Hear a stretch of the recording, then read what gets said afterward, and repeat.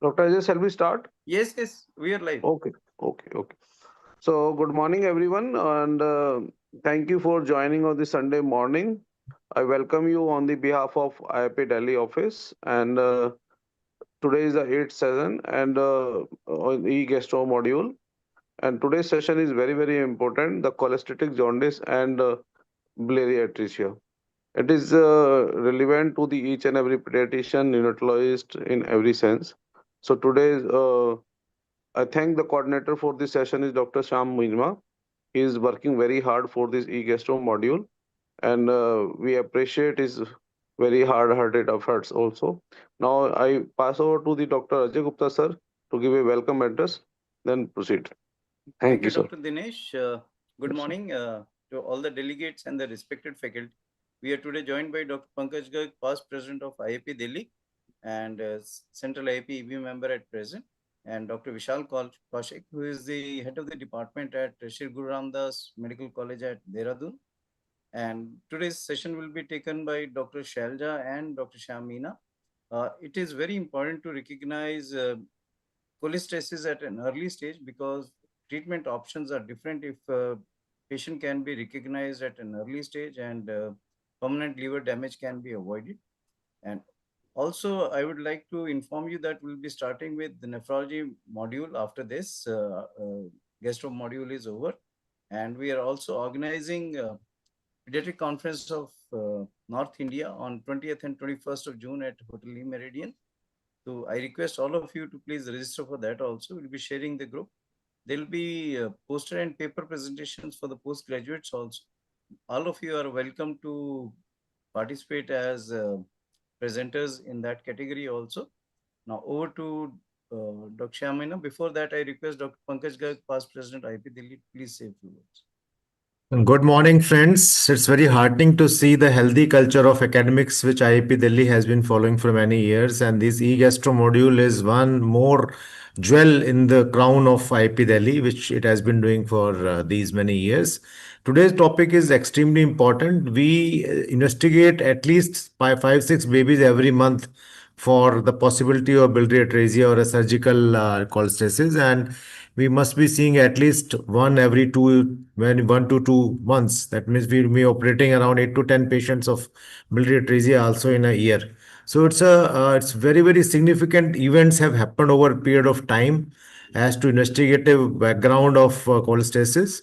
As intensive care, neonatal intensive care is improving, we have started seeing more neonatal hepatitis, and the incidence of biliary atresia is, I understand, will be constant. But we have all seen all varieties. We have seen embryonic biliary atresia also. We have seen classical also. We've seen cold cyst. We see Kasai. So many things have happened over years. If I look at my practice of 30 years, it was very usual to see very late referral of biliary atresia when they used to come to us 2 3 months or later, when nothing much could have been done and surgery was not a good option and liver transplant was the only option. But now, with the help of all the pediatric friends, we are able to see patients early, and that is what is the message, that we have to diagnose them early, investigate them early, so that we are able to operate them, and the probability of early liver transplant can be avoided as far as possible. So this is a very exciting session, and I'm sure the Safdarjung team, under able guidance of Dr. Shamina, will be doing an excellent job on this, and I really look forward to listen to them. Thank you so much. Thank you, Dr. Pankaj. Now I request Dr. Vishal, chairperson for the day, to say a few words. Good morning, everyone.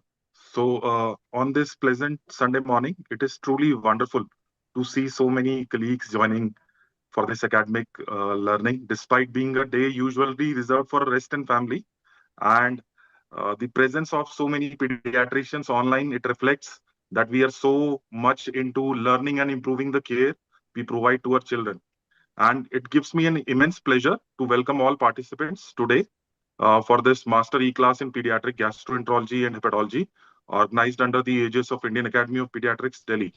So, we are privileged to have some distinguished speaker and moderator for this session, Dr. Shyam S. Meena, who leads Pediatric Gastroenterology, Hepatology, and Nutrition Division at VMMC and Safdarjung Hospital. So I'm sure that this discussion is going to be very engaging and insightful. I would also like to acknowledge the leadership of Dr. Ajay Kumar Gupta, sir, President, Indian Academy of Pediatrics, Delhi, and Dr. Dinesh Goel, sir, Secretary, Indian Academy of Pediatrics, Delhi, for continuous efforts in organizing such high quality academic activities for pediatricians. So I'm really confident that today's session is going to provide us with valuable clinical insights into the approach to cholestatic jaundice and optimal management strategies. So I would like to invite the moderator for this session, Dr. Shah Miss Meena, to begin with the proceedings. Sir, before I just request to Dr. Karnes kindly give the say the few words. Dr. Karnes, are you here?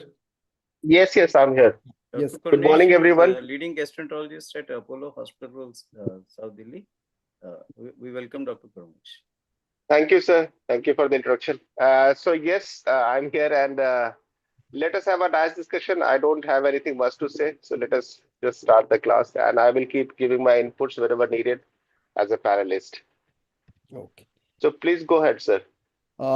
Thank you, Team IAP or Dynamic President Dr. Ajay Kumar Gupta, our Secretary Dr. Dinesh, and Treasurer Dr. Ravinder, and entire office bearer and executive board team member of IAP Delhi. They always motivate to their colleagues or pediatricians to participate as well as perform the academic activity under the flag of the IAP Delhi. In continuation of our tenure in previously as under the leadership of Dr. Pankaj and me, we just trying to continue our academic or from the IAP Delhi. For that, today's we choose the topic cholestasis in children. That Dr. Pankaj is already said the cholestasis is one of the common entity in since from the beginning of life to mid of the life. But the majority of the in my setup around the 80 to 90 calls we received every month for the cholestasis. Majority of the cases have the transient cholestasis, especially in the newborn, preterm newborn due to the various factors like the sepsis or TPN related. But subsequently other causes is very important, especially if the persistent cholestasis is remain in the newborn. So that is very important thing. So I would like to call to my fellows, Dr. Sailaja Gupta. She's did the MD pediatrics from the Safdarjung. After that, she cleared the MRCPH. Then now she is doing the pediatric gastroenterology fellowship under the National Board of Examination from the Safdarjung Hospital. She is my first student in the FNB. So I would like to invite Dr. Sailaja to start the today's session in the form of case-based approach. Initially, we try to show the various pattern of the presentation of the cholestasis through the cases. Then subsequently, we discuss theoretically. Then again take the various questions from our delegates. Over to Dr. Sailaja. Thank you, Shyam sir and team IIP Delhi for giving me this opportunity to open this today's topic. So I will be discussing 4 cases, which are different manifestations of the same clinical presentation, that is cholestasis of infancy. And we will see screen. how different, yes, sir. Please make it full Please screen. make it full screen. Yeah. Yes, great.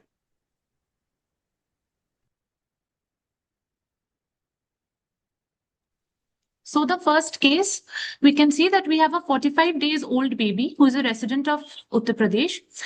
He has presented with complaint of jaundice since day 3 of life. There was diaper staining was present with colic stool. The other complaints were failure to gain weight properly and abdominal distension since day 15 of life. Gradually, the child progressed to poor feeding, lethargy, and vomiting, and finally presented with breathing difficulty. The child was also treated outside, 3 admissions, first for neonatal hyperbilirubinemia, second for neonatal sepsis, and the third also for fungal sepsis, and was treated with IV antibiotics and other supportive management. So we can deduce here that we have a very sick child with jaundice and pigmented stools with manifestations which show that the child is very sick. Another significant history which we found out in this child is that there is a significant family history of sibling death at 8 months of age, with a similar manifestation of jaundice and abdominal distension. So here we have a sick baby with jaundice, with pigmented stools, with failure to thrive, and a positive family history of sibling death with similar manifestations.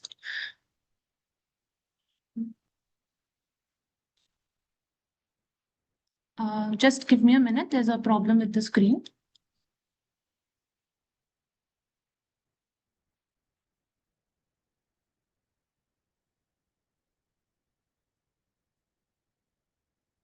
Yes. So there was some important negative history. There was no history of any bleeding or any pale stools, no other manifestation suggestive of suppressed suck cycle, suggestive of any heart disease, vomiting, no history of any honey intake, any other CNS manifestations like seizures, no rash, and no maternal fever, TB, or rash. Feeding history is also very important in this child to know if there was any pattern of feeding which precipitated these complaints. So we saw that child was breastfed from day 1 to day 4 and started on formula feeds via bottle from day 5 onwards, and the manifestation started at day 3. So on further examination, the child had a weight of 2.9 kgs with ascites, which denotes failure to thrive. Even length was below -2 standard deviations, and the head circumference was also below -2 standard deviations. Vitals. Slide is not moving, I hope. Sorry, sir. Am I audible? Are the slides visible? Moving. Your slide is not moving now. Sir, is it visible now? Second slide, but not visible. Please move your slides. Sir, are you able to see the full slides? Is everybody able to see the slides? It's not moving. We can just see the first slide. Are on the first slides. That's why I'm saying. Dr. Shailja, you can do one thing. You can just minimize your screen. Okay, sir. And it will give you a... Shailja, can I set the PPT if you not have the issue? Yes, sir. So then you should stop the sharing of the screen. Okay, sir. Okay. Now I think everyone is able to look the slides. Yes, now it's perfectly okay. Screen is visible. Yeah, fine. Yeah, good. Sir, can we please move on to the next? Oh, you yes, can, yeah. So as I said, we have taken the negative history. There was no history of any bleeding manifestations, pale stools, any history suggestive of any congenital heart disease, no history of any honey intake or sugarcane intake, no history of any CNS manifestations, and no history suggestive of maternal fever, TB, or rash. Feeding history is important to see any precipitating factor, which we see that there was breastfed from day 1 to day 4 and formula feeds. And the manifestation started at day 3 of life. So moving on to the next slide. On anthropometry, the child had failure to thrive as seen in weight, length, and head circumference. Vitals were stable except for respiratory distress. And on general physical examination, we can see the child was deeply jaundiced with wide open anterior fontanelle. There were no pallor, cyanosis, clubbing, or lymphadenopathy, and no edema. Coming on to the most important examination, which is of the abdominal examination, we can see that the child had a tense, distended abdomen with full flanks. No dilated or distended veins were present. And on palpation, there was a firm, irregular liver, 4 centimeters below the right costal margin and Ziffy sternum, with a span of 5 centimeters. 3 notches were palpable. The tip of the spleen was also palpable and fluid thrill was palpable. This is suggestive of ascites with firm hepatosplenomegaly. On auscultation, there was no abnormality heard. Other systems were also within normal limits. So here we can see an extremely sick child presenting with neonatal jaundice, pigmented stools, and a positive family history of sibling death. So we have to keep a possibility of some metabolic disorder. Moving on to the next slide. Yeah, I have the issue. I'm not able to move. Yeah. Okay, so as I said, we have jaundice with pigmented stools, distended abdomen, signs of ascites, firm irregular hepatomegaly suggestive of some underlying liver disease, and a significant family history. So what can be the clinical possibilities in this case who has presented with ascites, jaundice, sick baby, and pigmented stools? So our first possibility should be some metabolic liver disease, infection, sepsis, GALD, some vascular problem. Structural is less likely since the stools are pigmented, which we will discuss in our further slides. So this is one presentation of cholestatic jaundice. We will discuss this in further details. We will move on to the next case now. So this second case is a 1-month-old female child. And she has presented with progressive jaundice since the first week of life. Here we have persistent pale stools documented for 3 days, deep yellow urine. The child is an active, alert, and well baby. On examination, there was jaundice and firm hepatomegaly, and stools were also persistent pale documented for 3 days. On laboratory investigations, we can see that the child has a conjugated hyperbilirubinemia. Direct fraction was 4.1, high GGT 756, mild transaminitis, and the synthetic functions, which is denoted by INR and albumin, were normal. So in view of a healthy child, well-thriving child with persistent pale stools and progressive jaundice and firm hepatomegaly and high GGT, we suspected a structural cause and we went ahead with the ultrasound. So ultrasound showed a pre-feed atretic GB with irregular thick walls. And even after feeding, there was no contraction of the gallbladder noted. And the echogenic mass could be seen in the anterior wall of the portal vein, which was more than 4 millimeters in diameter. None of the intrahepatic biliary radicals were dilated. So we can see the persistent pale color of the stool here as well. So moving on, what should be the diagnosis in this case? So well-thriving baby, persistent pale stools, cholestatic jaundice, high GGT, and ultrasound has highly suggestive of biliary atresia. So we kept that diagnosis and went ahead with the liver biopsy, which confirmed our diagnosis. Liver biopsy showed a preserved hepatic lobular architecture, bile ductules proliferation, intracanalicular cholestasis with bile plugs, and periportal fibrosis. These are some of the classical manifestations of liver biopsy HPE in biliary atresia. So next, what we did, we referred this child to the surgical team for Kasai portal enterostomy, which was done at 5 weeks of age within our window period of 60 days. Post Kasai, pigmented stools could be seen with reduction in bilirubin levels. At 1 month follow-up, there was a significant reduction of bilirubin levels. However, the child presented us at 2.5 months of follow-up with rising bilirubin levels, fever, and reappearance of pale stools. What could be the cause in this case? So when the child was admitted and was found, the CRP was very high, TLC were elevated, and the child had continuous fever spikes. A probability of cholangitis was kept and antibiotics were started. This is a cause of secondary Kasai failure. So what should we do next? Should we refer for liver transplant? Should we just treat with antibiotics? We will be discussing this case further in details after the biliary atresia presentation is discussed.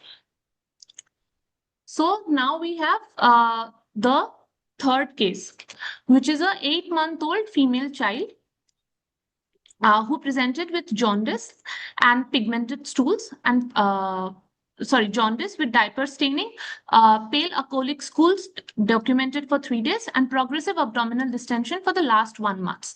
The child was taking treatment from some Ayurvedic practitioner for the last 2 months. When we examined this child, as we can see in the picture, the child had massive hepatosplenomegaly, firm, irregular, ascites, pedal edema, and even prominent anterior abdominal wall veins can be seen with some tortuosity. On investigations, the child had very high GGT cholestasis, uncorrectable coagulopathy, and high SAG ascites suggestive of portal hypertension. Ultrasound abdomen showed an atretic GB. Size was less than 19 millimeters, 12 millimeters with a triangular cord sign and no intrahepatic biliary radicals.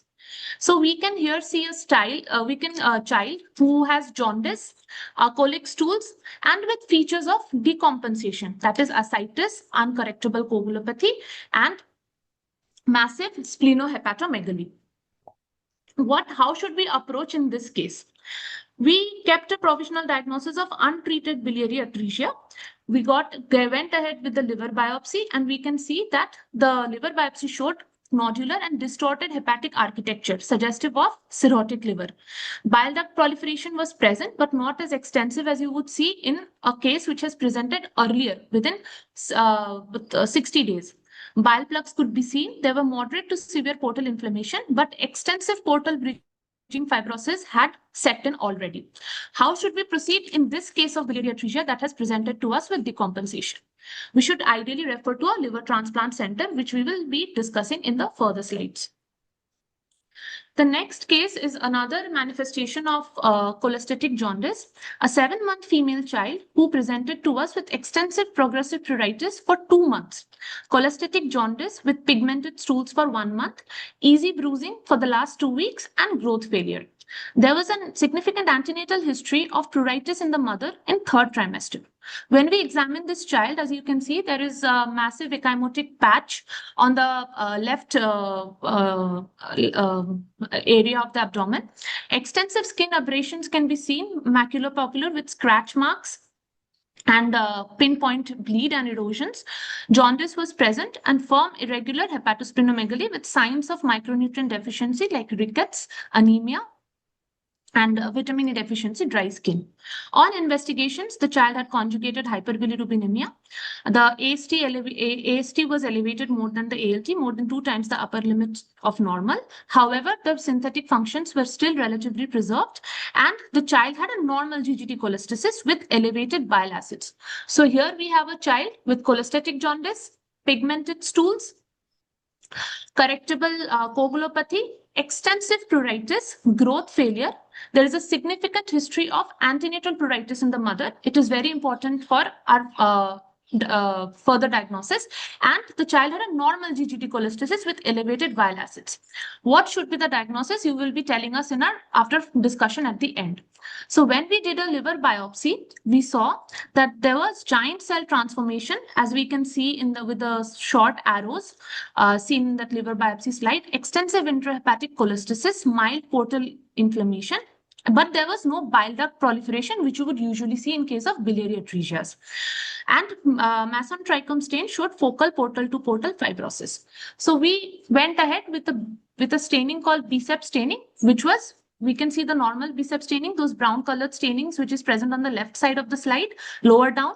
And we can see that in this child, the BSEP staining was absent. So we did medical management of pruritus, and with further management will be discussed after you guys can tell us the diagnosis after the following lecture. So here we have seen 4 different presentations of the same clinical presentation, that is cholestatic jaundice. The first was a sick child who presented with sepsis manifestations and positive family history. So we can see this limb, the sepsis screen positive, where we need to rule out the metabolic causes. Other causes, other manifestations that we said were not sick child with pale stools. And we went ahead with the ultrasound. The ultrasound may have showed us an absent gallbladder. One presented with decompensation, one presented early on with preserved liver function. Both the approaches will be different, as we will be discussing in the next slides. The last case was that of a non-sick child with pigmented stools and severe pruritus and normal GGT, which we'll be again discussing in the further slides. So now I would like to ask Dr. Sham sir to take over the topic and enlighten us on further management of infantile cholestasis. Thank you, Dr. Selja, for the nicely presentation of the various cases. I hope that cases might be contribute to create the awareness and clarification about the presentation of the cholestasis. Now, friends, we'll next few minutes we will going to discuss about the what is the cholestasis, how we make the diagnosis, what are the things we should include in our history and examination. So, as a being pediatrician, we should aware what is the mean of the cholestasis. That the cholestasis is mean that conjugated hyperbilirubinemia. Here, cholestasis clear-cut reflecting conjugated hyperbilirubinemia, as we already aware that the physiology of the conjugated hyperbilirubinemia that usually excreted by the urinary route, so that in the history we can get the diaper staining. So if child have the diaper staining, that indirectly indicating child might be have the cholestasis without taking the help of the investigation.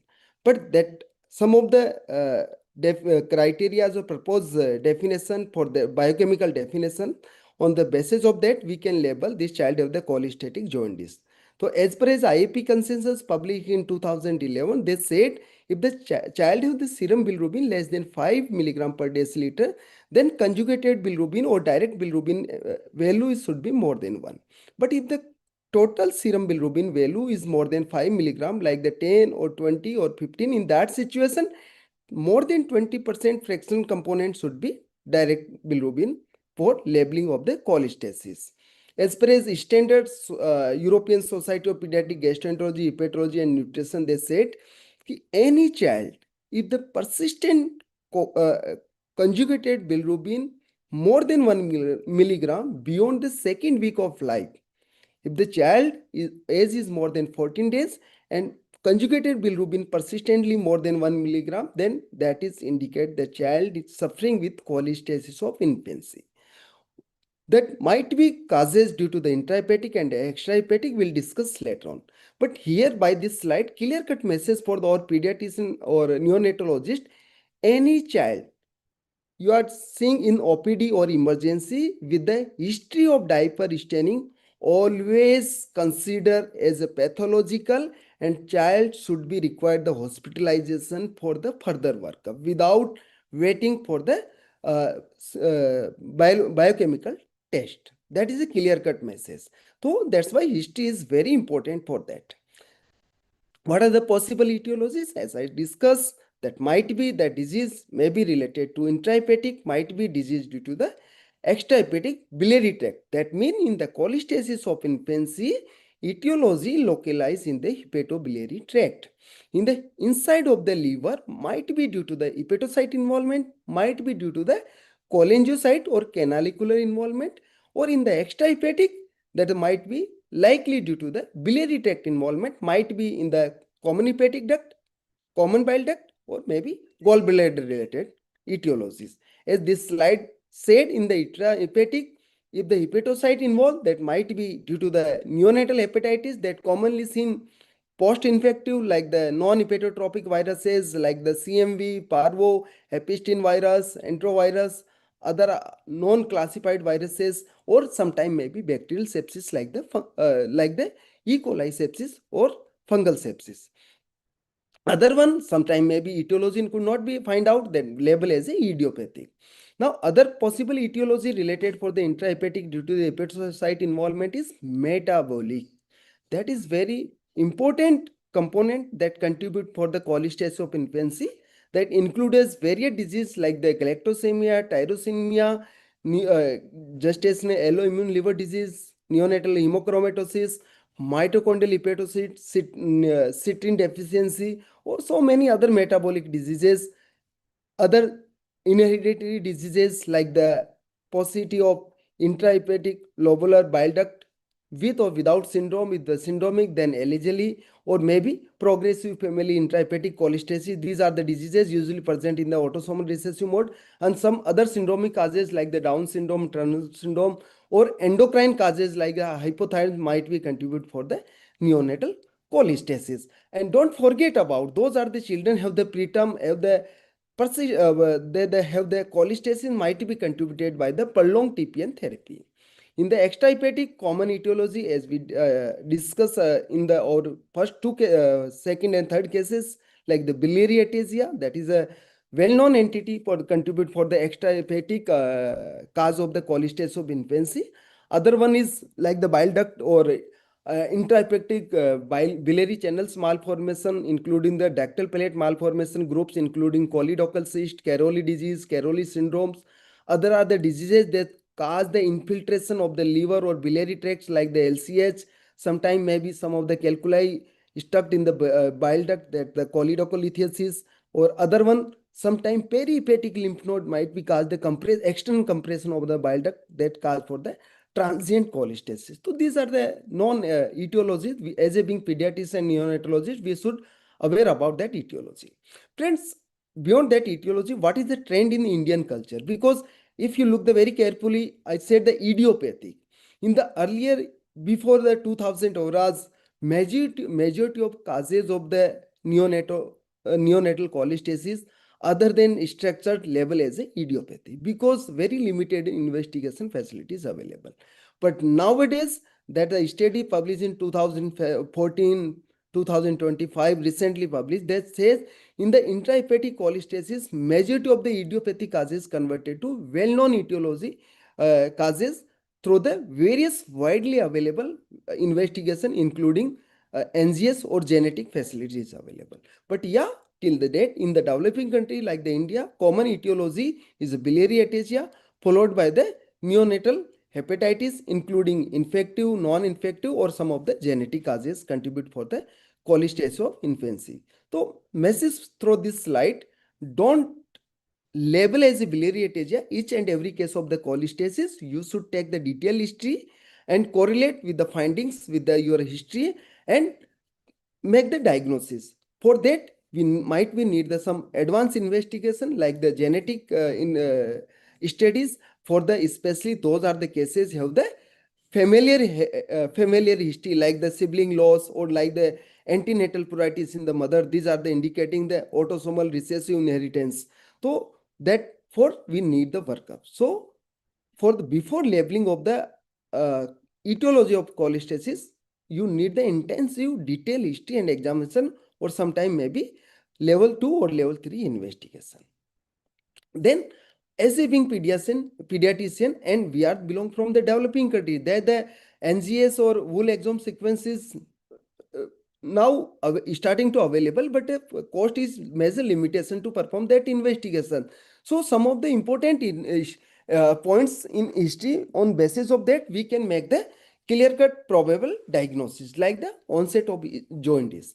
If the cholestasis began in the first week of life, don't hurry to label as the pathological jaundice. You should wait for next 1 to 2 weeks. If the cholestatic jaundice is persistent, if the diaper staining is persistent, then might be that the pathological. Usually in the structural causes, jaundice onset within the first week of life. If you are suspecting biliary atresia, if you are suspecting choledochal cyst, jaundice, onset of jaundice usually in the first week of life. If you are suspecting sepsis or other inherited disorders like the PFIC, PILBDs, in that situation, onset of jaundice usually beyond the first week of life. Then color of the stool and color of the urine. That is very important thing. If the child have the mild yellowish urine without issue of diaper staining, then don't label as a cholestasis of infancy. You should closely monitor and take the help by the serological test as we discussed in the definition slide. Then stool color. That is very important for the pediatrician. We'll discuss in the subsequent slide what is the importance of the stool color. But other things, does child have any ecchymotic spots? Many times mother said the post-vaccination have the history of the hematoma formation. That might be due to the some coagulopathy, that usually in the cholestasis, fat soluble vitamin deficiency is quite common, that cause the altered INR that responsible for the hematoma. So in the friends, in the history, you try to include, does any hematoma or bleeding spot at the site of the immunization? Then by the help of that point, we can early pick up the cholestasis case.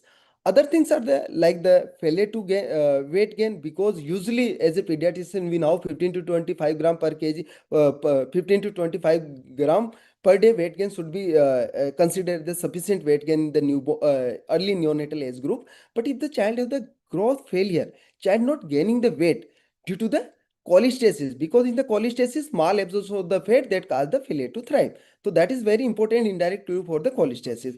Other one is in the stool have the visible oil.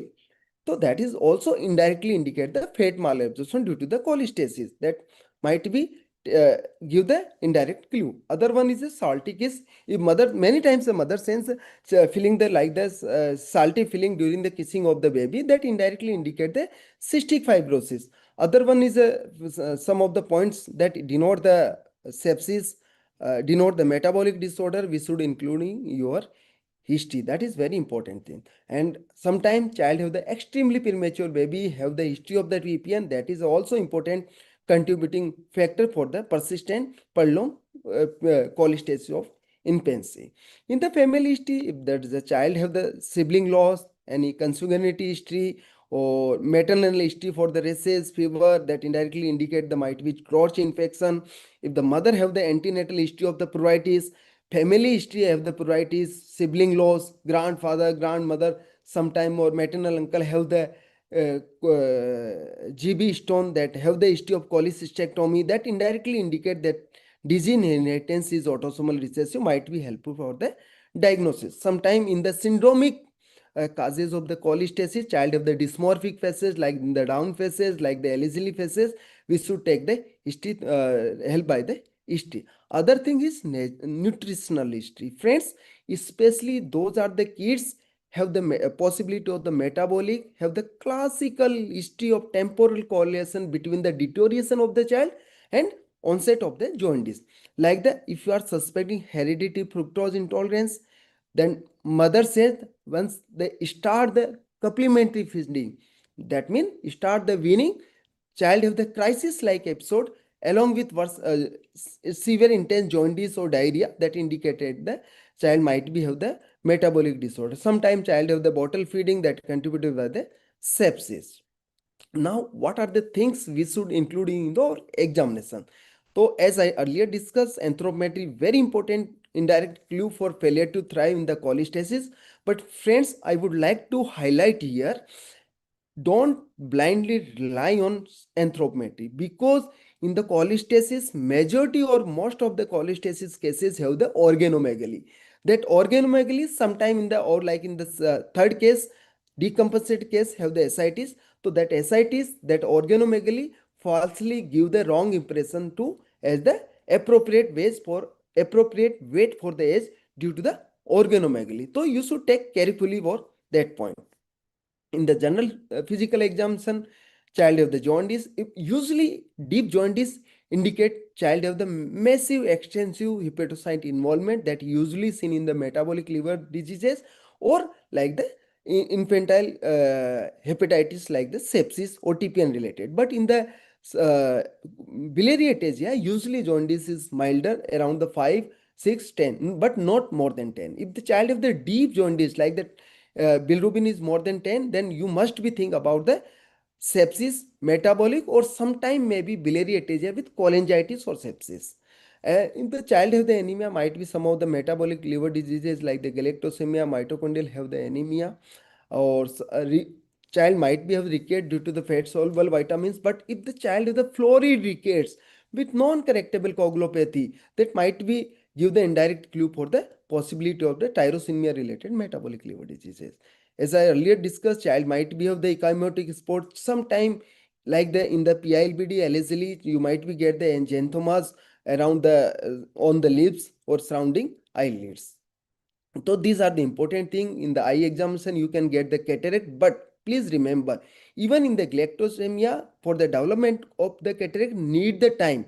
So don't found the cataract in the newborn. It might be later on child grow up like the 6 month, 10 month might be cataract appear. But if the cataract is present, then might be contributed by the galactosemia HFI. What are the other clues we get in the systemic examination? So in the per-abdominal examination, you should very carefully examine the liver, because in the liver, child have the firm irregular liver. You can categorize the irregular liver on the basis of nodes. Normally in the liver have the single nodes, but if the liver have the 2 nodes or more than 2 nodes or even 2 deep nodes, you can label as the irregular liver. Surface might be soft, might be nodular if the fibrotic liver is present there. The other things or other systemic examination, does child have the some cardiovascular examination finding like the murmur?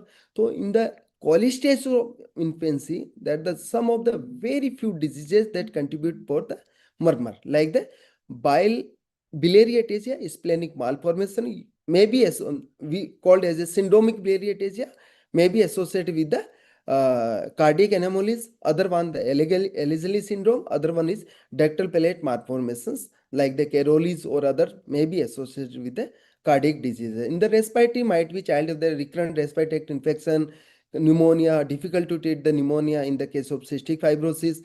In the CNS, child might be have the microcephaly, developmental delay due to the torch infection or other one metabolic liver diseases.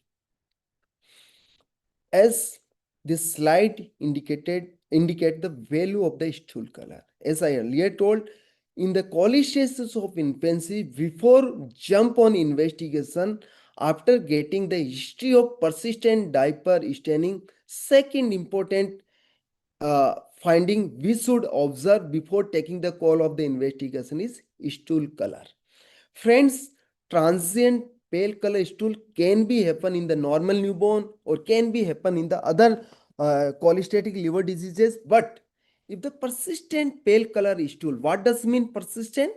3 दिन लगातार if observe the stool color, that stool is ecolic, just like the curd or just like the whitewash wall, that indicate the child might be have the issue in hepatobiliary tract, likely biliary tract problems, most likely biliary atresia, that cause the ecolic stool. For that, usually I advise, or my team advise in the OPD, to parents to use the Taiwan stool color card. On the basis of that, we can early pick up the cholestasis kits, especially structure cause. So I request to all neonatologists or pediatrician, kindly keep the this card in your cell phone as well as in your clinic and share with the parents to confirm the persistent pale color stool. Because why the important that card? That card, the sensitivity of that card varies significantly, as studies already published in the Taiwan. They said the sense after application of that card, rate of biliary atresia pickup is significantly involved.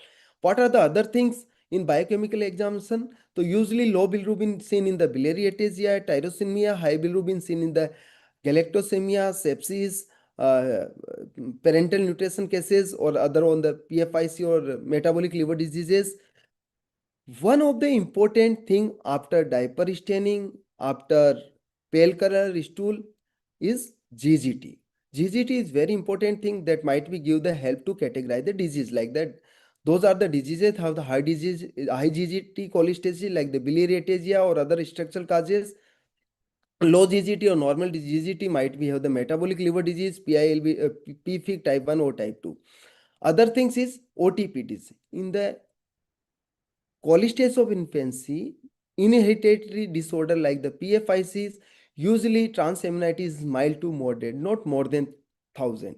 But if the child have the transaminitis more than 1000, that likely contributed by the sepsis, like the non-hepatotropic viruses, might be hypoxic injury like in the birth asphyxia, or sometime maybe mitochondrial hepatopathy. That is very important thing. So here clear cut message, don't miss the clue by the biochemical marker.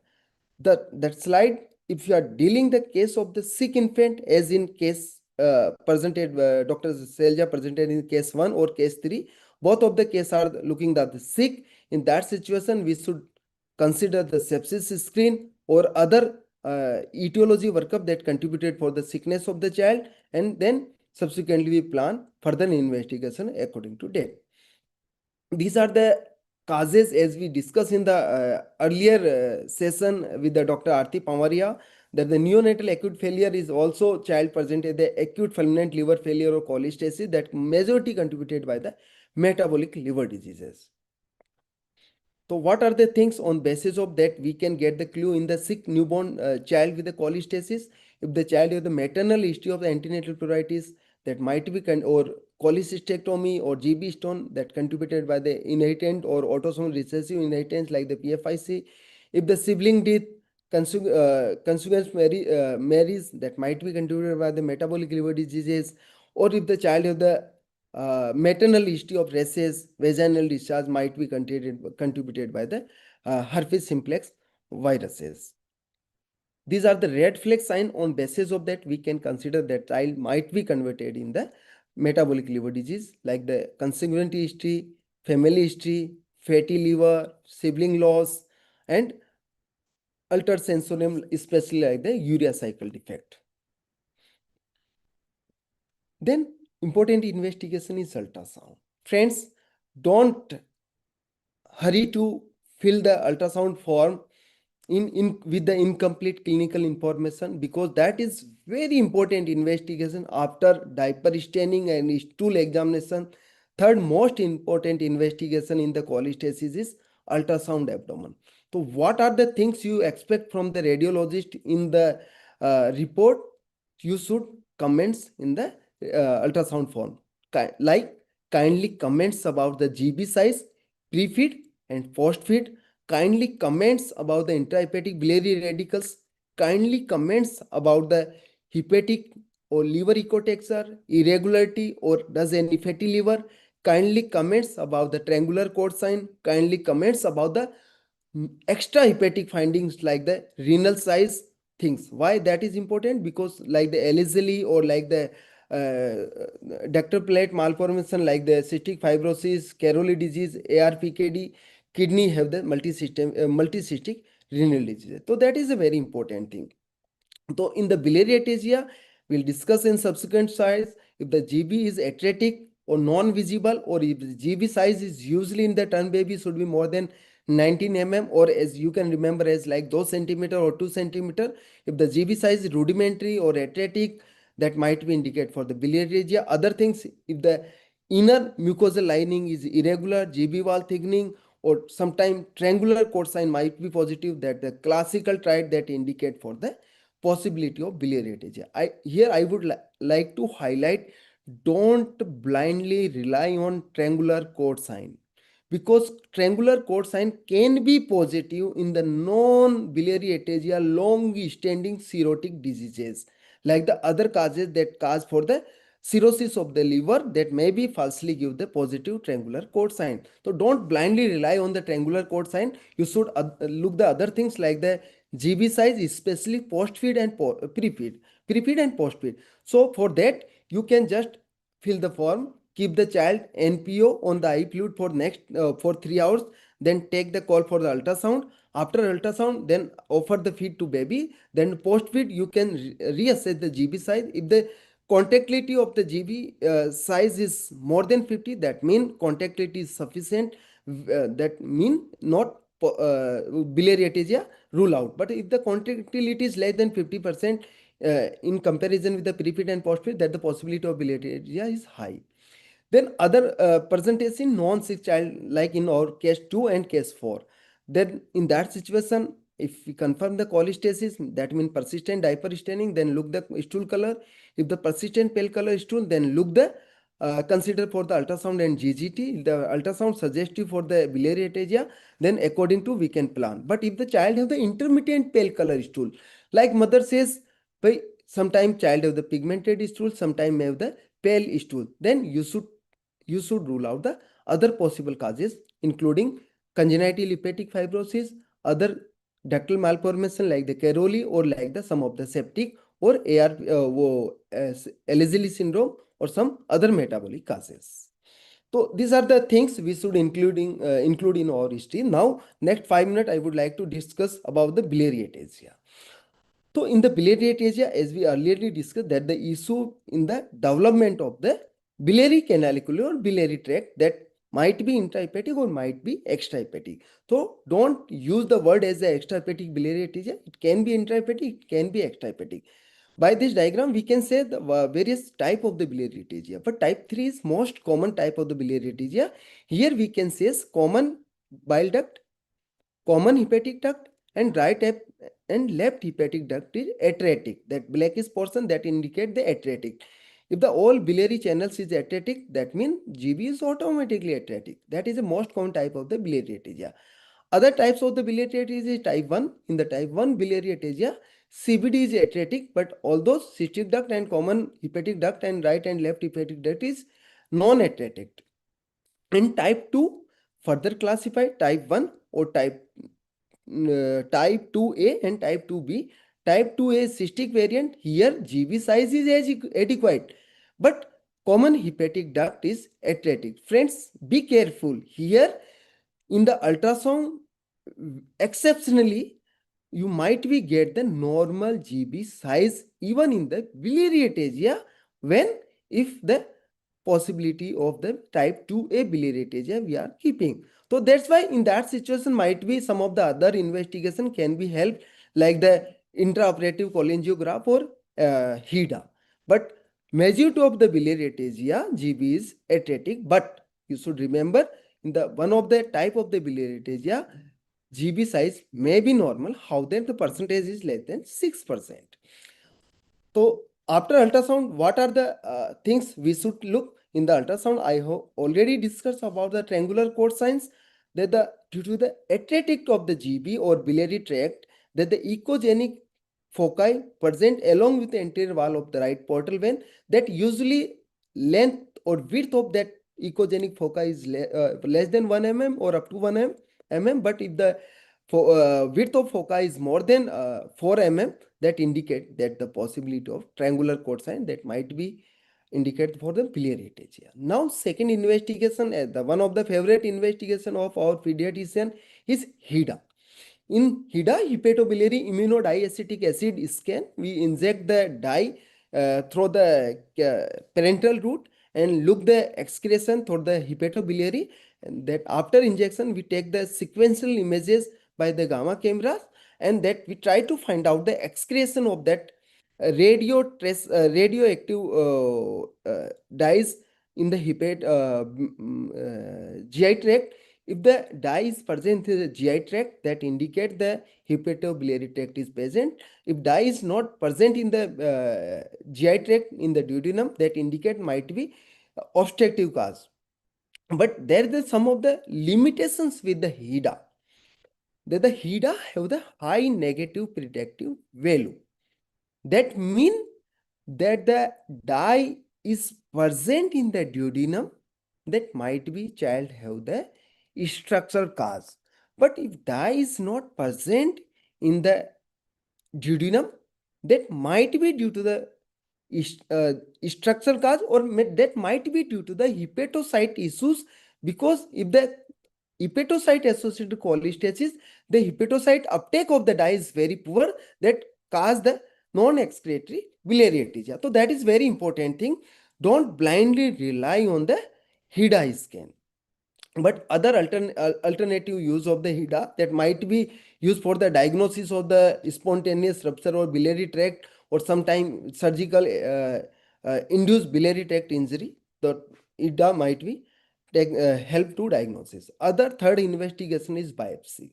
For the biopsy, that is a very important investigation to confirm the structural causes or non-structural cause. But for the biopsy, some of the limitations, we need the adequate size of the liver tissue, that is a funda is 2 by 2 centimeter long and 0.2 mm 2 mm width, or 0.2 centimeter width. That is a important thing for saying the adequate liver biopsy. Histopathological definition, at least tissue should be contain the 10 portal tract for the labeling of the adequate liver biopsy. What are the things usually seen in the biliary ataxia in the liver biopsy? As Dr. Selja is already said, bile duct proliferation, biliary plaques, and periportal fibrosis. This is a classic triangular triad usually seen in the biliary ataxia cases. Other differentials, we can set the some of the non-specific findings like the mixed type inflammation, distortion of the hepatic architectures, giant cell transformation that's seen in the neonatal hepatitis. Some of the biliary ataxia mimickers can be interfere for the diagnosis in the biopsy, like the alpha-1 antitrypsin, cystic fibrosis, TPN associated cholestasis. All those alpha-1 antitrypsin is very rare things in the Indian population, as already one of the good study performed in the AIMS. So don't think in the alpha-1 antitrypsin upfront in the as a close differential diagnosis in the Indian population. Now, final investigation as level as a gold standard in the case of biliary ataxia is intraoperative cholangiography. Here, as I earlier told, surgeons open the abdomen, inject the dye through the puncture of the transhepatic GB, and inject the dye. If the dye is move toward the intrahepatic as well as extrahepatic and reach in the duodenum, that indicate the biliary tract is patent. If the dye is not present in the duodenum and dye not moving toward the intrahepatic component, that mean the child have the biliary ataxia, then we should hand out the case of surgeon. So friend, I just conclude all three investigations in the context of structural cause. Persistent pale color stool, take the help of the GGT, and ultrasound. If the ultrasound showed some of the ambiguous finding, then take the help of the HIDA. But don't blindly rely on the HIDA. Or if you are dealing the case in the late stage, like the already child crossed the 2 month or 3 month, then don't waste the time on the HIDA. Directly hand out to surgeon to do the intraoperative cholangiograph. Along that, if they found the dye in the duodenum, then they simply come out with the liver biopsy. If they found the non-excretory, then they can take the call for the surgery. So these are the comparison of the various investigation modality for the accuracy. So we can say here Taiwan stool chart, by the help of the Taiwan stool chart, we can make the very good accuracy for the diagnosis of the structural cause equivalent to ultrasound. Now, how to manage the biliary ataxia? As we discussed in the subsequent slide, all biliary ataxia should be managed primary as a supportive management, including nutritional management. Then subsequently, if the child come on the time, then we should hand out the child after stabilization to take the call for surgery. That surgery is Kasai operation. In the Kasai operation, they take the conduct from the gut and directly attach to porta to make the flow of the bile. So after post Kasai, if the stool is starting to colic and bilirubin is starting to falling and come within the normal range within the 6 month, then 3 month, then we can label as the successful Kasai. If child not have the colic stool or child not return the bilirubin within the normal range, then we can say as the failed Kasai. So this slide indicate what is the value of the Kasai surgery. If you perform the Kasai surgery on the time, that means within the 45 days, that the native liver survivability rate is quite high, up to 5, 10, 15 and 18 years. But if the surgery performed late or child already decompensated, like in our third case, the possibility of requirement or possibility of failed Kasai very high. Better to hand out the transplant team for the further management. So these are the various indications for the transplant. In biliary ataxia, as I discussed, failed Kasai or its child come after 3 to 4 months or 5 months with the decompensated feature in like or third case, then directly we should hand over the child to transplant team with the pre-transplant workup. These are the other possible etiologies for the ecolic stool, like as I earlier discussed, that the other are the ductal plate malformation, including choledochal cyst, Caroli disease, and congenital hepatic fibrosis or hematomas are the also causes for the persistent pale color stool. But in that situation, please remember, in the ultrasound, you definitely get the intrahepatic biliary radicals. So in the intrahepatic, in the ultrasound, if you get the intrahepatic biliary radicals, that means possibility of biliary ataxia least likely, or maybe radiologist is not qualified radiologist is wrongly informed the IHBRD in biliary ataxia, because in the biliary ataxia, biliary tract is atretic, so no dilatation. But other surgical structural causes like the congenital hepatic fibrosis, choledochal cyst, Caroli disease, IHBRD is definitely present. In that situation, you can take the further call for the MRI or MRCP. The other close differential diagnosis of the cholestasis are the PFIC type 1 or type 2 or type 3. So this PFIC or cholestasis can be categorized as a low GGT cholestasis, normal GGT cholestasis, or high GGT cholestasis. Friends, we remember, if the GGT below the 50, like the 10, 15, 30, that means we can label as a low GGT cholestasis. That usually seen only two situations, PFIC 1 and 2, and bile acid synthesis malformation. So here GGT very important, give the clue for the further workup. If the low GGT, then we can label as a biliary ataxia synthesis, bile acid synthetic malformation, as well as PFIC type 1 and 2. But if the high GGT, that indicate the PFIC type 3 or other structural cause like the congenital hepatic fibrosis or choledochal cyst, Caroli disease, or sometime maybe allegedly. Here in slide, some of the wrongly presented PFIC type 1 and type 2 is a low GGT cholestasis, and high in PFIC type 3 and other congenital hepatic fibrosis, choledochal cyst, and allegedly disease. So these are the comparative table in the PFIC 2 and 3. PFIC 1 and 2 have the GGT is low and PFIC 3 GGT is high. Usually 3 present in the later infancy or in the older children as compared to type 1 and type 2. Type 1 usually present as a multisystemic pancreatic involvement, respiratory involvement, failure to thrive is more predominant, and type 2 is isolated manifest in the hepatic manifestation. Friends, I would like to highlight here, liver function test in type 1 is usually OTPT is nearly normal, because here the bland fibrosis, that means inflammation is very minimal, fibrosis predominant. But in type 2 and type 3, inflammation is mixed type, there the transaminase is more than 100, 200, 300. So usually we can take the help by the transaminase. These are the newer PFIC, type 4, type 5, type 6, up to the type 10 is coming in the classification. I don't want to discuss as our audience is a pediatrician. Other one, causes of the Ehlers-Danlos syndrome, causes of cholestatic infancy is paucity of intrahepatic biliary duct syndromic or non-syndromic. Syndromic causes Ehlers-Danlos, as sometimes we encounter in the OPD. So these are the some of the characteristic findings. On the basis of that, we can make the diagnosis of the Ehlers-Danlos syndrome. Here I would like to highlight the, as textbook says, classical dysmorphic faces seen in Ehlers-Danlos syndrome, like the pointed chin, bulbous nose, prominent forehead, deep-seated eyes, but that dysmorphic faces not usually seen in the newborn.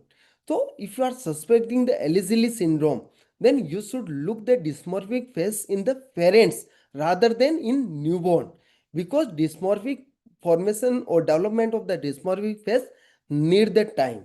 So please relook the face to parents. But yeah, if the child come around the 1 year, 2 year, then might be so the dysmorphic face. Other finding, as this slide said, the butterfly vertebra in the X-ray or in the CNS, child of the peripheral oriented murmur. So if you are suspecting Ehlers-Danlos syndrome, then you should auscultate the murmur in the chest area or in the back side rather than in the cardiac side. Other findings might be in the eye examination, like the optic Duchenne's or embryotoxin can be present. So these are the criteria for the diagnosis of the Ehlers-Danlos syndrome. In the Ehlers-Danlos syndrome, we can confirm by the genetic study, like the JAG mutation or not. 2 mutation usually seen in the Ehlers-Danlos. JAG is most common type mutation, other one is not 2 mutation. So I just conclude my presentation how to approach the child with the cholestasis. As Dr. Selja says, any child have the diaper staining, we should take as the pathological cholestasis. First, we should give the vitamin K before refer to gastroenterologist. We called as a pre-referral treatment. Along that, look the continuous at least 3 days pale color stool. Dear friends, majority of my residents said, sir, child have the pigmented stool. But that is a mildly falsely information, because majority of the cholestasis kids have the deep jaundice. That deep jaundice cause the dark urine, and usually when the child pass the stool, usually pass the urine. That dark pigmented urine cause the coating of the stool and give the falsely information as a pigmented stool. That's why when you label as a persistent pale color stool, then mean stool should not be stained with the urine. That is very important thing. Then after, we can take the help of the GGT and ultrasound on the basis of the along with history and examination. After that, we can categorize this one is a sick child, this one is a non-sick child. Usually structural causes child come with the non-sick, and on these children we call the ultrasound imaging with the proper filling of the form, as I earlier discussed. If the ultrasound say the atretic GB, in that situation we can say that is the case likely biliary atresia.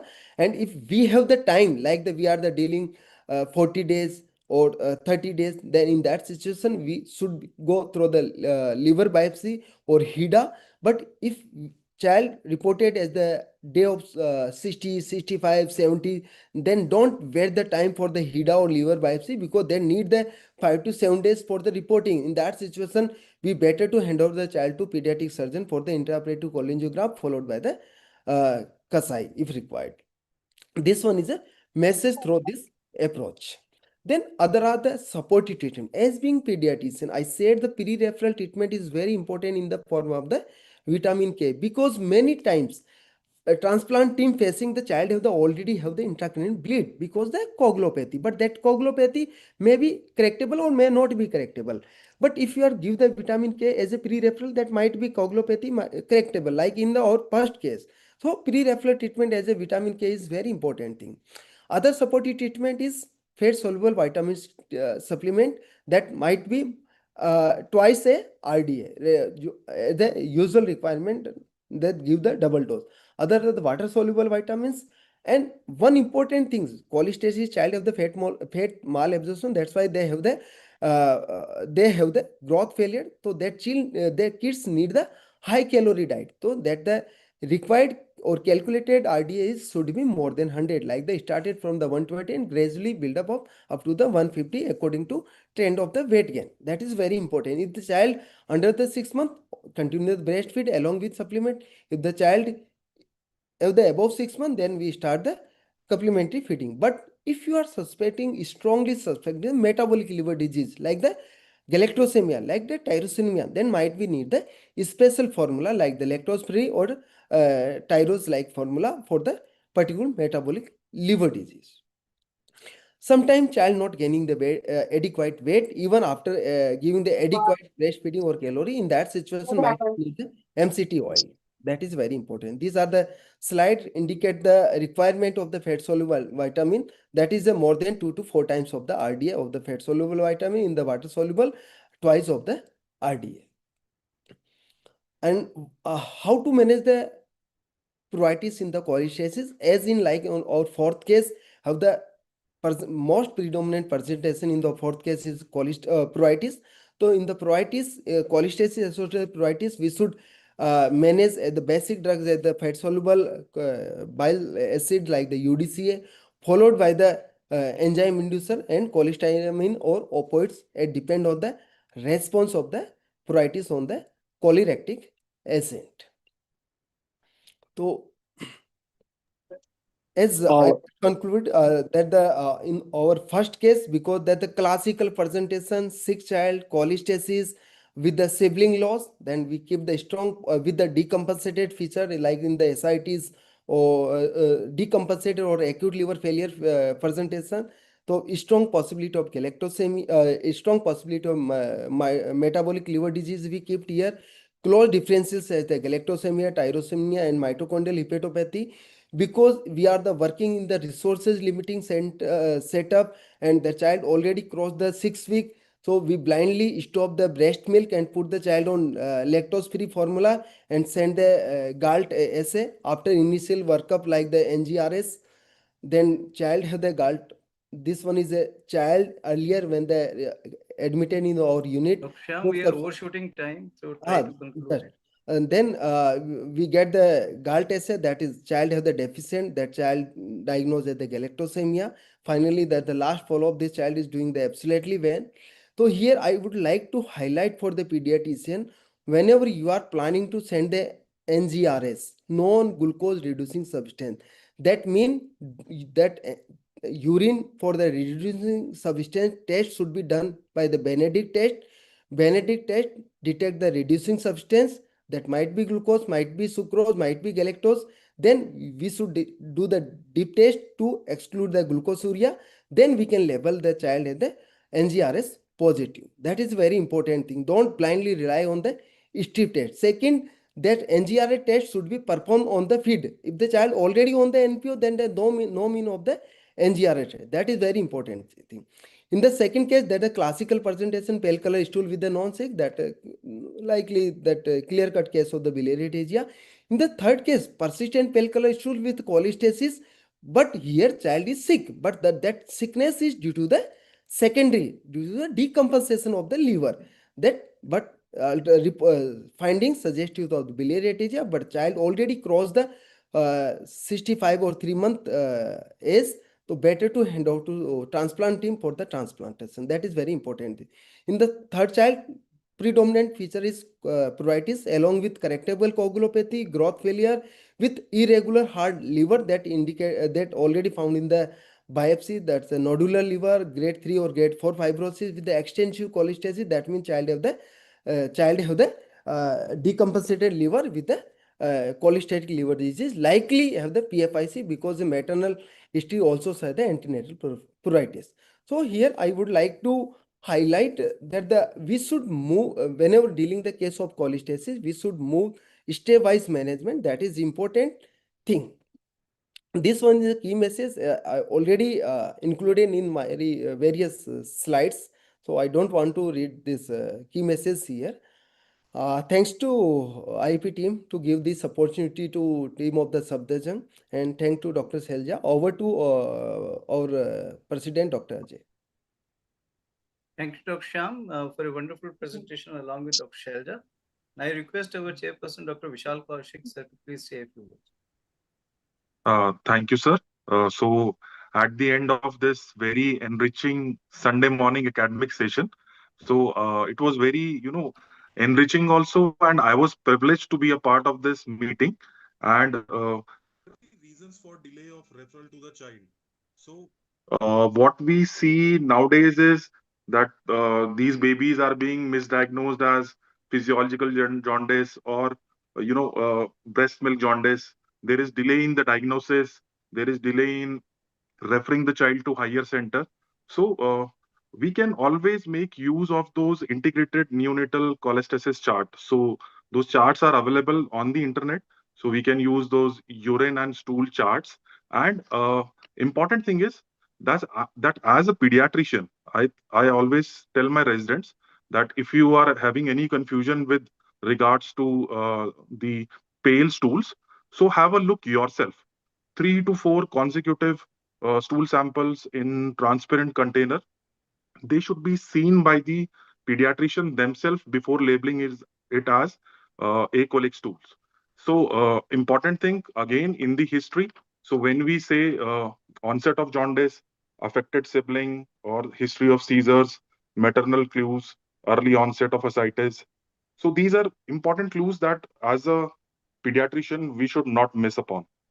So, my sincere thanks to Dr. Ajay Gupta, sir, President, Indian Academy of Pediatrics, uh, Dr. Dinesh Goyal, sir, Secretary of Indian Academy of Pediatrics, Delhi, and Dr. Pankaj Garg, sir, past President of IAP Delhi, for their leadership and their continuous, efforts in organizing such high-quality academic programs.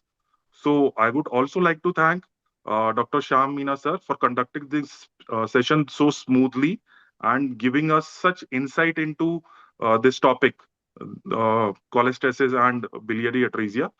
Thank you, Dr. Shelja. Your presentation was wonderful, crisp, and very, full of knowledge.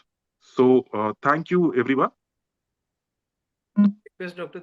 Thank you, Dr. Vishal. And Thank you, request Dr. Dinesh to Vishal. please Thank you so conduct much. the discussion. Sir, Yes. before Dr. Dinesh, I would like to invite Dr. Karnes kindly because Dr. Dinesh is working in the transplant center, and now we are the working in the non-transplantation. We have a lot of the debate between the transplant center and non-transplantation, whether this child is directly endowed to transplant team or what are the things. So just key message from the your side, because you are the working in the transplant center for the pediatrician. What is the key message? So thank you, Dr. Shyam, for this opportunity again. So basically, yes, we always have to give a chance for surgery for Kasai surgery. But obviously, if the child has come to us decompensated, like you mentioned in that case, then obviously there is no use of surgery. But if the child has come in around 60 days or a little bit older, then if there is then in those scenarios, obviously we have to give a chance of Kasai surgery. Cost and everything might be a debate, but survival doesn't matter much. So even children who are transplanted after Kasai surgery, they have also a similar survival as a child who has never been undergone surgery. So there is no doubt about that we have to go directly for primary transplantation, or we have to go for, or we have to just hand over to the transplant surgeon. So that's there. And but yes, usually what we feel is that sometimes these children, whenever they are being operated upon, in a resource limited settings, obviously at our medical colleges, then the proper robust follow-up is not being done. As you mentioned in your first case, first biliary atresia case, the child was operated at the perfect time, but came after 1 month with cholangitis and some features of decompensations. So if these children are being picked up very early, then we can salvage their liver. So we have to always keep them in a very strict and very regular on a very strict and regular follow-up. And obviously, once the features of decomposition starts developing despite our maximal efforts, then the parent should be given an option of choosing a transplant center. And almost all the transplant centers in Delhi, we do offer economical, help also. It's not like they will have to pay everything from their own pocket. Almost all the centers, we do offer them some financial support, and half of the total cost of the transplants, most of the time we are taking care of. So, but yes, if the parents are motivated and if you have done maximal from your side, then they should be referred. That I think that was my input from a doctor who is working at a transplant center. Sir, Yes, I have Dr. a Jam. question. What are the, as a being pediatrician or as a being gastroenterologist, during the counseling, what are the things we should inform to parents for taking the call for the biliary Kasai operation? Because parents assuming that Kasai is a definitive treatment for the biliary atresia. बच्चे का operation हो गया तो ठीक हो जाएगा, जिंदगी भर ठीक रहेगा. Yes.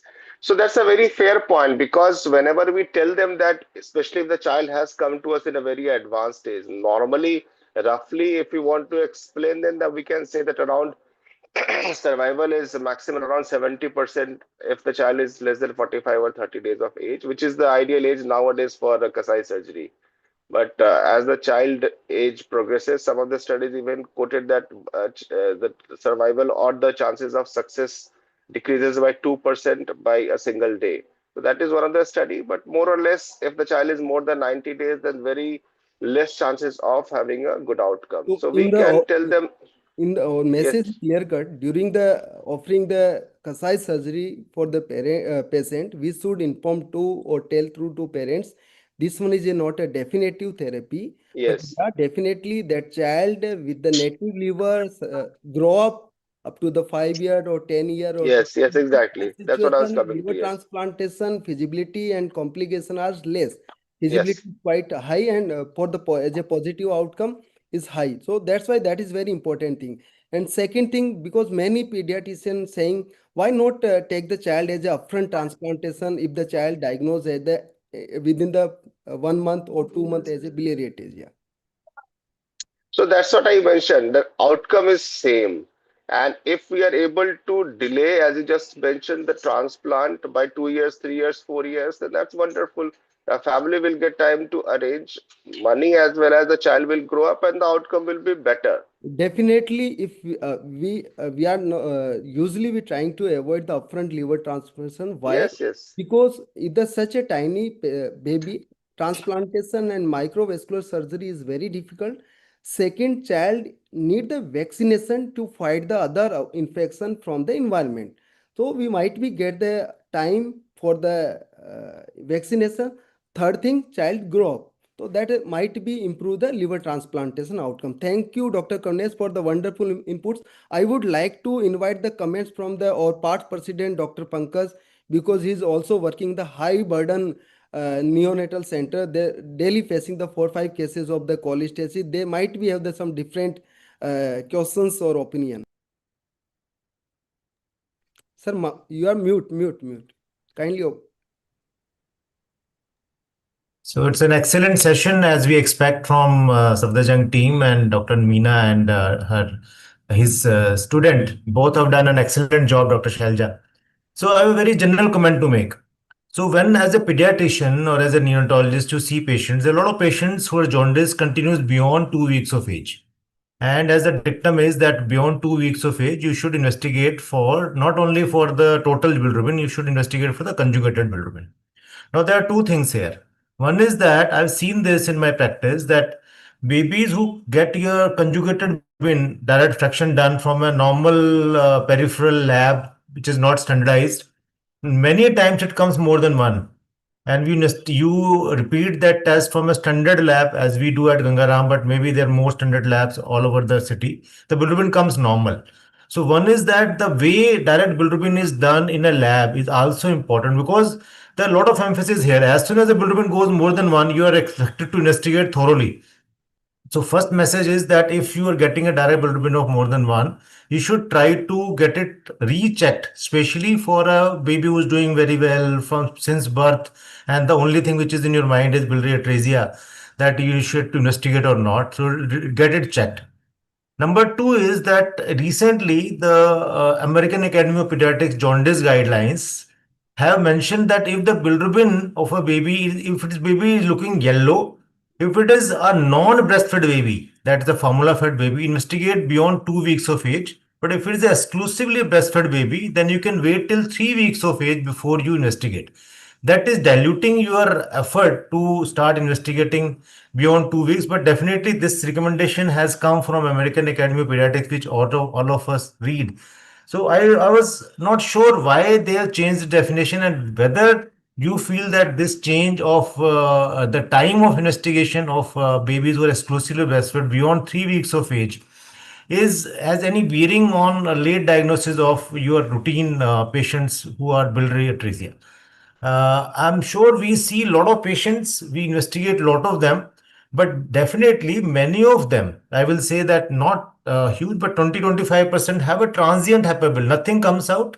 These babies are followed up, and I'm not talking about the babies of NICU follow-up. Even babies who are coming to you in your normal OPD, they have a little bilirubin high, more than one. You investigate them because you are expected to investigate, and a fair chunk of them, everything comes normal, and with pieces of time, even that one bilirubin comes down. So why this cutoff of one has been changed by the SPIGAN guideline to more than one? Does it mean that we are investigating more than what we should be doing? With these comments, I'll hand over to the moderators. Sir, in my first slide, I clear cut says, don't blindly go through this serum test. You must be look the diaper staining. If the child have the diaper staining even on day 1, you must be evaluate child for the cholestasis of infancy. Sometime, yeah, definitely labs say that child have the cholestatic conjugated hyperemia but not having the diaper staining. We also counsel the parents just will repeat the serum bilirubin after 7 days, continue the breastfeeding, but just continue take the sequential images of the diaper staining. That is very important. If the diaper staining present, that means that child have the conjugated or direct bilirubinemia that excreted by the urine. So in that situation, that is very important. This one is the answer of the first or second. And the American Association, definitely they change, but that change because they're trying to avoid the unnecessary workup or investigation, because the child need a repetitive visit in the hospital setup that might be contributed by infection. So they said, don't do the unnecessary investigation. If the child is well growing, doing well, just have the bilirubin issue. But if the child has the diaper staining even on that value even before 3 weeks, then you must be look. That is very important key message for our pediatrician. Transient, out of these which we investigate more than one, how many you come normal? Sir, transient conjugated hyperemia not a new entity, usually seen especially sick euthyroid babies, in sometime transient hypothyroidism, sometime breastfeeding, many contributing factor for that. If the child is doing well or rest of the clinical examination history is not getting any clue, then we can leave the child without further workup. Usually that in the our OPD, around 20 to 30% cases are the same as you facing in your OPD or in your practice. Thank you so much. Thank you so much, Dr. Meena. It's a wonderful session, and Dr. Shailaja also. And thank you, Dr. Pankaj, and all panelists. I request our Treasurer cum Secretary like Dr. Ravinder to give vote of thanks for this wonderful session. Thank you, sir. Thank you. Thank you all for a very informative session on this Sunday morning, and thank you, our President IIP, thank you, Dr. Meena, all the faculty, Dr. Shalja, Dr. Karanish, giving some input about liver transplantation. I don't know how much so easy. And thanks to Vishal in our, government setup, because as me and Sham both are catching to the very poor state of the society. So liver transplantation is a very, such become a, such a serious issue patient can't afford, and I don't know how much government hospitals or government institute are offering it. And thank you, Meena, for actually clear cut giving message. HIDA scan, even I do many a times utilize this HIDA scan, the limitation of HIDA scan. And many a times I think just cholestasis is there, so GGT has to be high, but many a cases, as you just said, it may be a low GGT cholestasis. And thank you, Dr. Pankaj, for pointing out, yes, I mean, there are some changes in guidelines of this model one. And yes, in our, well, whosoever is looking after, neonatology, we do often see this cholestasis or director hyperbilirubinemia in many cases. And so many times I've done the HIDA scan and all the investigation, but lastly it came out to that sepsis is the culprit rather than other things, luckily. So all of them are safe. So thank you, all of you, and thank you, my old delegates. Still, if Dr. Karunesh wish to say something, that there are some government institute who can offer liver transplantation. You can brief about that. So, as you rightly mentioned, sir, cost is a concern, but what I feel is that every parent should be given an option. You know, that the transplant is available at many centers, and that is the logical from medical legal point of view also. Because if tomorrow they tell you that, why don't you tell us that the transplant is feasible? Just don't presume. And That sometimes is okay, fine. we My have question was that what are the government institutes which are offering? so unfortunately there are no government institutes, at least not in North. Only ILBS, but that is not a government institute per se. So that is the unfortunate reality. So, but yes, because like all the cardiovascular interventions also in a very young child, most of the government centers are not doing it. Very few government centers are doing, and even if they are doing, then the waiting period is so long. So there also we are giving them an option. So why not for transplant and so many other things also. So that's there, but yes, and one point which you just mentioned, and I wanted to give a feedback that don't always presume everything to be associated with sepsis. There Yeah, could be some, yeah, because that's a very common thing which we see that everything is going under the carpet of sepsis because the child was sick. So it was either sepsis or it was torch infection. And sometimes they do come to us with a long history of taking gancyclovir, and end of the day was found to have biliary atresia. I'm sure Dr. Shah also seeing such cases. But yes, we have to have a very open mind. Yes, thank with you that very I much. will conclude. Yeah. Thank Thank you. you. Over to Sakshi. Over to Sakshi.